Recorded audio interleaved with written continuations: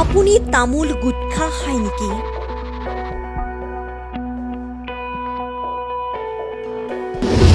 তেন্তে সাৱধান হওক। যিসকল লোকে গুটখা খাব তেওঁলোকৰ বিৰুদ্ধে এতিয়া কঠোৰ হৈ পৰিছে অসম আৰক্ষী। গুটখা তামোল পাণ খোৱাসকল সাৱধান হওক। ফুলতো য'তে ত'তে নেপেলাব গুটখা বা তামোল পাণৰ পিক। পিক পেলালে হ'ব পাৰে ৰঙাঘৰৰ আলহী। আৰক্ষীয়ে আপোনাৰ ওপৰত চোকা নজৰ ৰাখিব। ফুলতো য'তে ত'তে গুটখা খাই পিক নেপেলাব।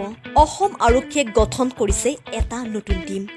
যিহেতু বিভিন্ন সময়ত দেখা যায় যেতিয়া এটা নতুনকৈ পথ বা এখন উৰণীয়া সেতু নিৰ্মাণ কৰা হয় সেই সময়ত কোনো লোকে যিকোনো সময়তে যিকোনো ঠাইতে নোচোৱাকৈ পিক পেলাই দিয়ে। উৰণীয়া সেতু এখন বনোৱাৰ দুদিনৰ পিছতেই দেখিবলৈ পোৱা যায় গুটখাৰ পিকে ৰঙা কৰি পেলাই উৰণীয়া সেতুখন। সেয়েহে অসম আৰক্ষীয়ে তাৰ বাবে এতিয়া কঠোৰ হোৱা দেখিবলৈ পোৱা গৈছে। ফুলতো যাতে আপোনালোকে গুটখাৰ পিক য'তে ত'তে নেপেলায় আৰু পিক পেলালে আপোনালোকে হ'ব লাগিব ৰঙাঘৰৰ আলহী। আৰু আৰক্ষীয়ে আপোনাৰ ওপৰত চোকা নজৰ ৰাখিব।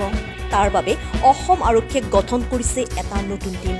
যিটো টীমে আপোনালোকৰ ওপৰত চোকা দৃষ্টি ৰাখিব আৰু যদি আপুনি কোনোবা ঠাইত গুটখাৰ পিক পেলোৱাৰ ফলত ৰঙা হৈ আছে সেইখিনি ঠাইত নজৰ ৰাখিব তেওঁলোকে আৰু চাব কোনে পিক পেলাইছে আৰু তেওঁলোকক ধৰি আনি কাৰাবন্দী কৰা হ'ব।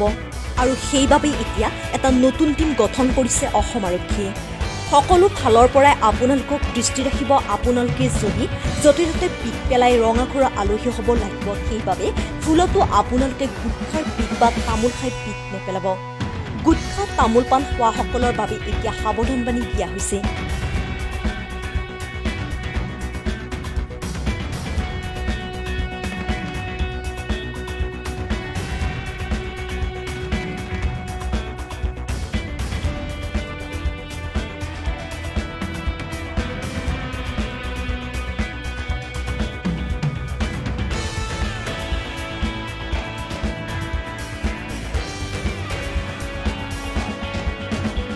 News 6 iNews Northeast